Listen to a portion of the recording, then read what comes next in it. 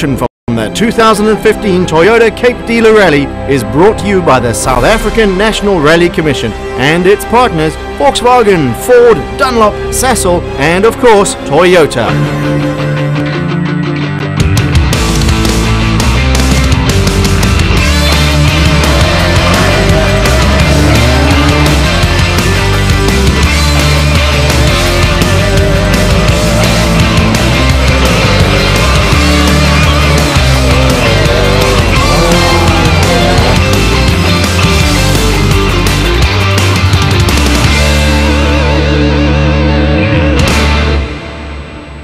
To South Africans, Cape Town is the mother city, the cradle of Western civilization on the southern tip of the dark continent. Tourists often refer to it as the fairest Cape, but to the crews who took part in the recent Toyota Cape Dealer Rally, there was only one moniker that really held true, the Cape of Storms. Not that the weather played a role in the outcome this year, but with an extremely high attrition rate, round 7 of the South African National Rally Championship was every bit as stormy as a fearsome night out on the ocean near Cape Point. But on paper it all looked innocuous enough. 4 tarmac stages to start on day 1, followed by 9 gravel stages near Malmesbury on day 2. We've seen worse, but then no one could have envisaged the devastation to come. Welcome to the penultimate rally of the 2015 rally season, and with the Class S1600 Championship still just about anyone's game, the Toyota Cape Dealer Rally was always going to be a nail-biter. This year's event kicked off with a scrutineering session at the Toyota dealership in Malmesbury. This technical part of the race has become more spectator-friendly in recent times, and a large number of local rally fans flocked to the dealership to see the rally cars being vetted for the race. This also gave us a moment to catch up with the dealer principal of Malmesbury Toyota, Robert Orchard. It's a great privilege for us, and we're really excited to bring this event to Malmesbury Toyota. But the rally encapsulated more than just the local dealer, and it has become a firm favourite event of the town and the people in the area. We are very excited to have you guys over here. We love that. With scrutineering behind them, the teams had to wait the best part of 20 hours for the start of the rally itself. This year the event got underway at the mainstay of Cape racing, the Killarney racetrack near Milnerton in the mother city itself. The opening stage was repeated before the action moved over to the roads around the Cape Gate shopping centre and the local Imperial Toyota dealership. 2 more short, sharp tarmac stages took place there, bringing day 1 of the Toyota Cape Dealer Rally to a close. Day 2 was an all-gravel affair comprising 9 spectacular stages in the Swartland, bringing the total rally distance to 216 kilometres. 216 kilometres that would prove absolutely pivotal in this year's championship, especially given how close the crews in Class S1600 were bunched together after the previous round. Remember, round 6 of the championship, which took place during August in the area around the Gauteng town of Cullinan, was the scene of one of the biggest crashes ever in South African rallying. Matthew Basie-Lyle and navigator Skulk van Heerden destroyed their Fragram Toyota Etios after landing awkwardly from a high-speed jump, taking them right out of the running for the championship in the process. The win eventually went to defending champions Guy Bottrell and Simon Basie-Lyle in their Yato Toyota Etios, with the Manitou Volkswagen Polo crew of Paulus Franken and navigator Henry Keane finishing in 2nd place. 3rd went to Chad van Beerden and Nico Swartz in the Gemsport Volkswagen Polo, which meant that after 6 tough rounds of rallying, this is what the standings look like. Guy Bottrell was back at the top of the pile, though his lead was down to 2.5 points over Paulus Franken. Despite crashing out of the Tshwane Motor Rally, Basie-Lyle was still in 3rd place in the standings, just 4.5 points behind Franken. Realistically, all 3 crews still had the championship within their grasp, and Van Beerden and Leek still had an outside chance. For Guy Bottrell, the 2015 season has had its highs and lows, in stark contrast to 2014, where he won all but 1 of the rounds. This year has seen the young Durbanite scrabbling for points at times. With that said, he has won 3 times already this year and knew exactly what he had to do here in the Cape. Well, it's coming down to the wire. The last two rounds, the top three are very close. So basically, we just got to make sure we don't break down. That's the number one rule for us. But we also don't have to win the rally. All we have to do is beat Matthew and Paul, and hopefully that'll be enough to win the championship. I know this is Ashley's home event, and he knows the roads very well. So I think Ashley's going to come out really strong. But fortunately for us, we're not really racing against Ashley for the championship. His nearest rival, however, was the man from Gansbaai, Paulus Franken, who campaigns the Manitou-supported Volkswagen Polo. Franken won the opening round of the season, and though he's had some trouble along the way, he added a second win at the Volkswagen Rally. 2 second places on the Sassel Rally and the most recent round sees him just slightly adrift from Botterill in the overall standings. And a rally on home turf was probably just what he needed to challenge for the title. We're very well prepared for this event. We've done proper testing, and also it's our home ground, so we've got a bit of local experience. So we're just looking forward to have a good event. The dark horse in seasons past has often been Matthew Vasilal, and 2015 seemed to be no different. The quiet youngster tends to count on consistency more than outright pace, and he has racked up 2 second places and a hat-trick of thirds so far this year. The only blemish on his scorecard is the Tshwane Motor rally crash, which left a dent in his budget and possibly also his confidence. Even so, he was back in the saddle for the Toyota Cape Dealer Rally and ready to take on the Swartland. It was an unfortunate thing. We landed quite badly off a jump, but it happens, it's racing, so we move on. We've borrowed Chris's car for this event, so it's quite a new thing getting used to it, but we'll see how we go in the rally. But those are only the top 3 drivers in the standings. Behind them are a host of fast and competent Class S1600 crews, each with a lot to play for. Pretoria driver Chad van Beerden sadly decided to sit this round out, but for Cape Townian Ashley Haig-Smith in the AHS Ford Fiesta, the Toyota Cape Dealer Rally was an opportunity to put his local knowledge to good use. And while Richard Leake certainly can't claim any local knowledge, he campaigns a similar car to Haig-Smith in the form of the ATS County Ford Fiesta. The youngster has shown remarkable pace this year, though he has struggled to convert fast stage times into overall results. Maybe the Swartland was just the place to change that.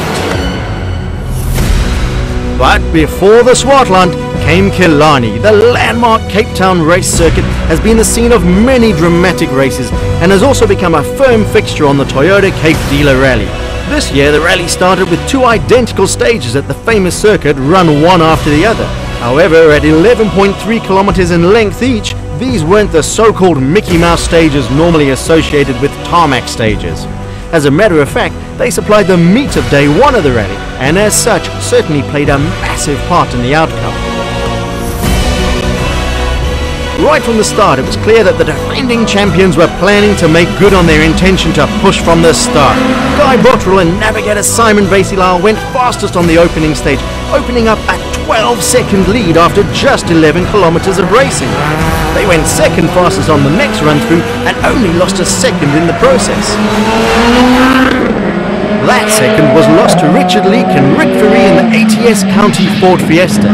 But while the pair may have pipped Botterill by a second on the second run, they were still 10 seconds adrift after the 2 opening stages. Another undeniably fast crew was that of Andrew Hine and Robbie Kutsia in the Heinsport Volkswagen Polo, and they certainly didn't disappoint at Killarney.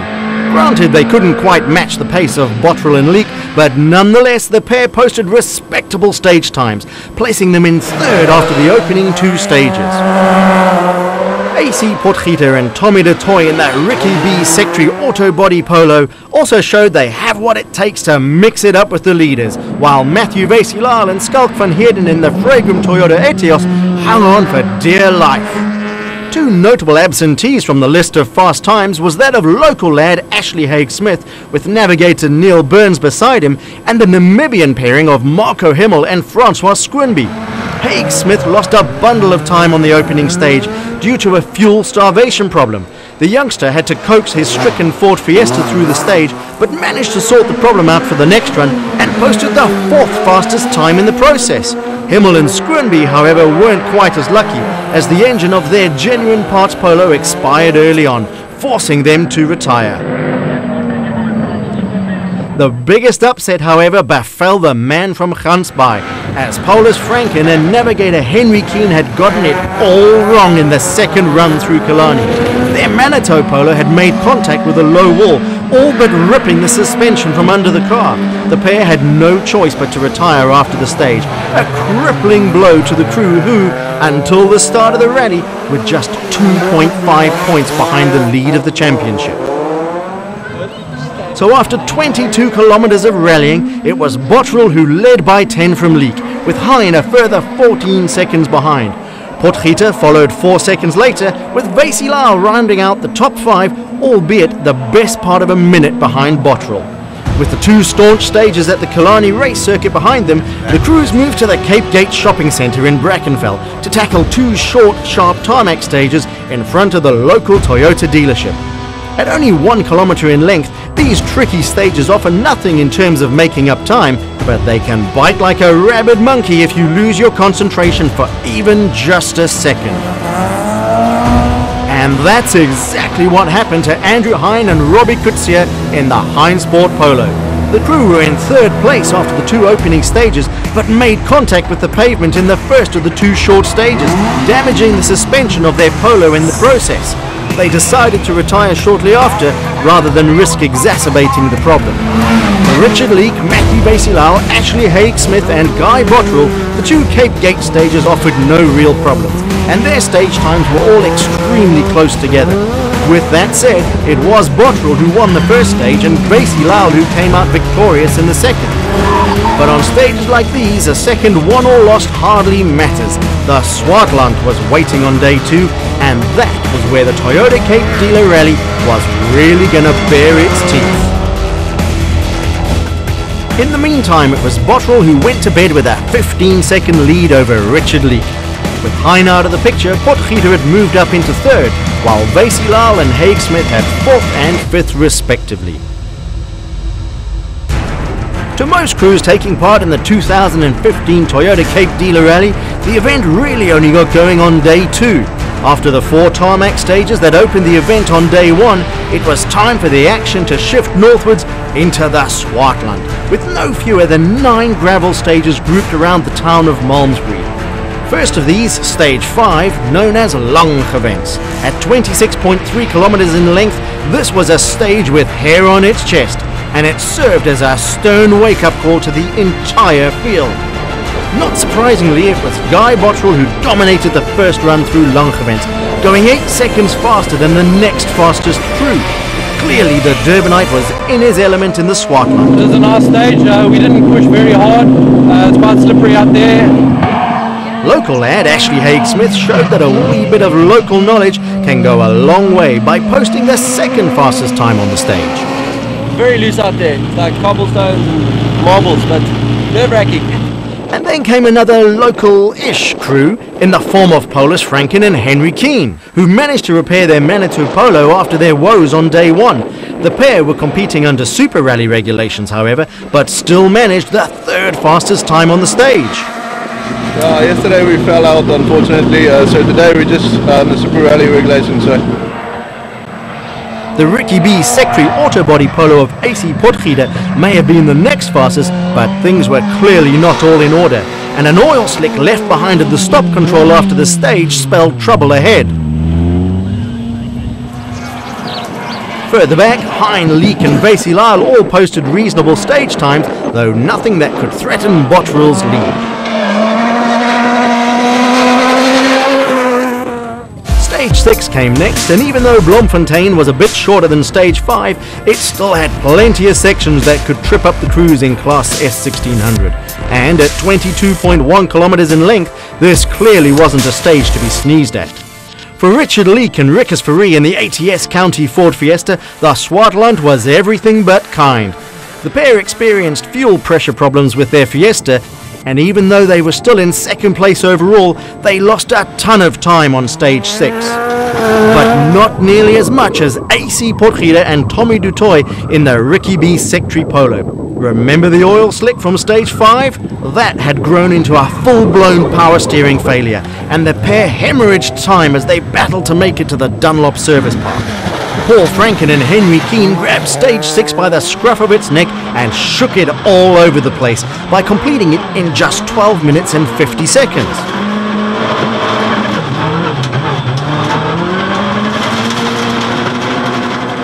A full 8 seconds quicker than rally leader Guy Bottrell and Simon Vasey-Lyle in their Yato Etios. Keep right, 18 right 6 through drift, right 6 through the drift here. Ashley Haig-Smith in the AHS Fiesta was next fastest, with Andrew Hine just 2 seconds slower. Matthew Vasey-Lyle was also still in the mix, though he lost nearly 50 seconds to Bottrell on the stage. With the morning's 2 opening stages done, it was time for the crews to lick their wounds in that Dunlop Service Park at the Malmesbury Showgrounds. At this point, it was Bottrell who led the charge, with Leake in second and Ashley Haig-Smith in third. But things were about to get hairy.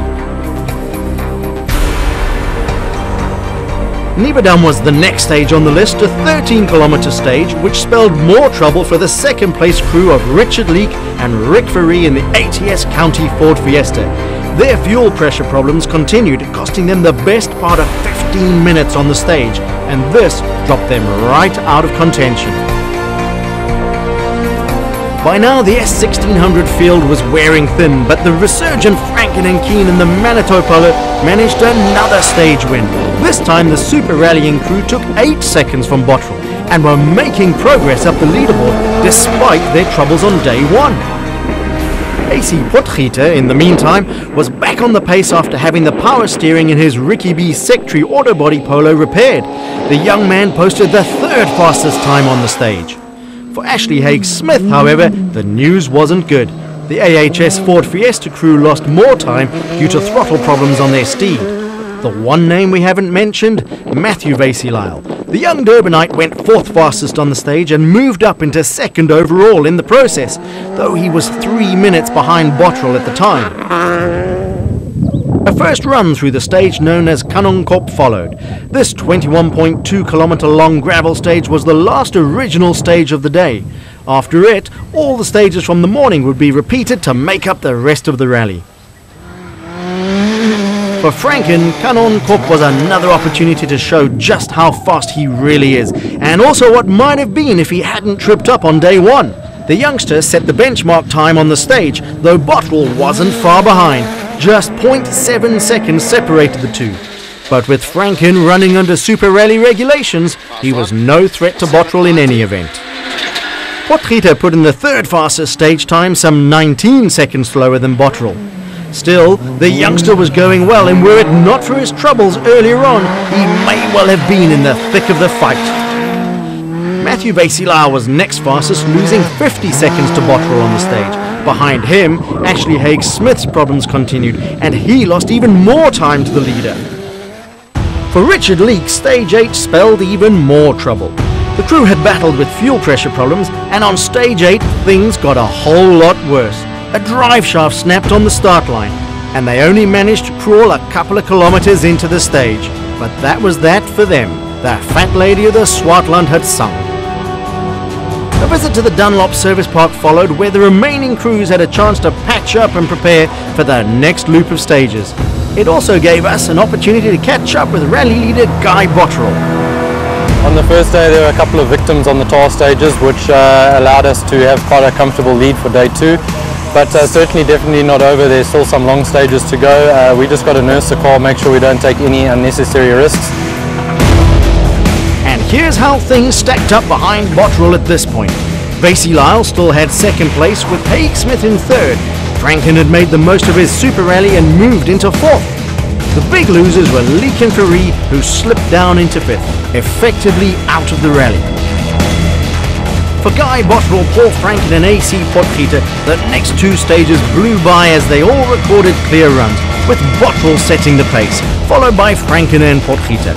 The stages in question were both repeats, first another blast through Langewens and a 2nd run through Bloemfontein. These were arguably 2 of the tougher stages on the event, and making it through unscathed was an achievement by itself. Bottrell stamped his authority on the event by taking 30 seconds from Franken on stage 9 and 13 more on stage 10.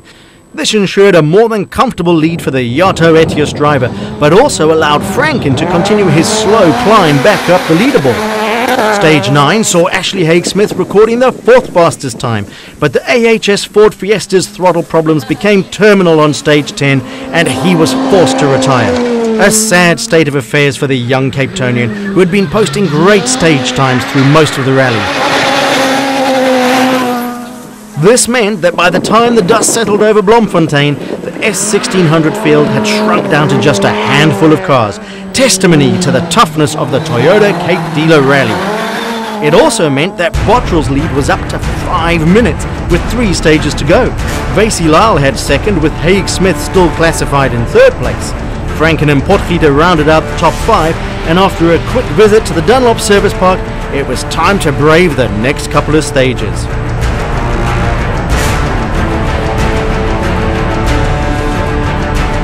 Another blast through the stages known as Nebedam and Kanonkop followed, 13 kilometers and 21.7 kilometers respectively, both still stern tests for the crews that remained in class S1600.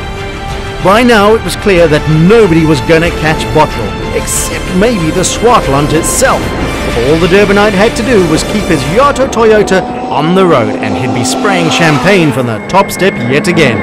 But Bottrell hasn't ever been one to tap off unnecessarily, and he proceeded to take even more time from the 2nd place crew of Matthew Vasey Lal and Schalk van Heerden. 9 seconds came his way on stage 11 and 50 more followed on stage 2, cementing Bottrell's position in the process. The car still feels pretty good, it's brand new, so I don't see why we can't get to the end. We just got to make sure we don't make stupid mistakes and we'll get there. For Vasey Lal, it was now a case of survival, as there was nobody within striking range of the 2 Toyotas. 2nd place was secure if only he could finish the event. Yeah, we're sitting in 2nd. Other guys have had quite a lot of problems. At the moment we're just taking it easy, getting to the end. We're not pushing too hard, so it's just about finishing and getting points. Behind them, the Manitou Volkswagen Polo of Paul Franken and Henry Keane was in trouble. Remember, this is the crew that were winning stages not long before, despite crashing out on day 1. Thanks to the Super Rally regulations, they lived to fight another day. But on stage 12, it was all over for them too, as the engine of their Polo gave up the ghost. Chalk up another victim for the Swartland. The final stage of the 2015 Toyota Cape Dealer Rally was a 3rd run through Langewend after a short service stop. This time, however, Guy Bottrell did ease up a little, but then again he had plenty of time in hand. The result was that Matthew Vasey Lal recorded the win for the final stage, gaining back some 16 seconds in the process. But it hardly mattered. Bottrell had done more than enough to secure victory, and Matthew Vasey Lal had driven a great rally to take 2nd place. But behind them it was utter carnage. The field was all but decimated, and besides the 2 Toyotas, only AC Potgieter managed to record a time for the final stage. The Swartland had clearly shown the S1600 crews who was boss, and the list of retirees included Haig-Smith, Leek, Paul Franken, Marco Himmel and Andrew Hine. So after a frantic 13 stages of rallying, including 4 tarmac and 9 gravel stages, it was the name of Guy Bottrell that topped the standings for the 3rd time this year. Matthew Vasey Lal was the only other driver to finish within normal regulations, while Ashley Haig-Smith, AC Potgieter and Richard Leek were classified as the rest of the top 5, thanks to the intricacies of rally timing. With 7 of the 8 rounds in the 2015 South African National Rally Championship behind them, time was running out for any crews hoping to make inroads on the title fight. For Guy Bottrell and Simon Vasey Lal, however, things could hardly have gone better. The pair led from start to finish and moved well clear of the chasing pack in the championship race. Yeah, overall it was a great event for us and really good for our championship, and we've got 1 more round to go, and we've really built on our lead, so we've just got to make sure we do the same thing on the next event. The biggest threat to Bottrell's championship came from Franken and Keane, but thanks to their woes on their home event, they've dropped back somewhat, handing the mantle for 2nd place to Bottrell's teammates Matthew Vasey Lal and navigator Schalk van Heerden. The two bounced back after their crash in Tshwane, and a second place finish in the Cape leaves them with a realistic shot at the title if anything goes wrong for Bottrell in Polokwane. We came through in the end, we managed to get to the end and score some good points for the championship, so it still goes down to the end. For Ashley Haig-Smith and navigator Neil Burns, the Toyota Cape Dealer Rally was a pretty tough event. The pair managed to post some good stage times, but was let down by the throttle on his Fiesta. He was left with the spoils for third place and couldn't help but rue the opportunity missed. So, 7 rounds done and dusted, but the championship remains undecided. Will it be Bottrell or Vasilal who takes home the silverware after the final round in Polokwane?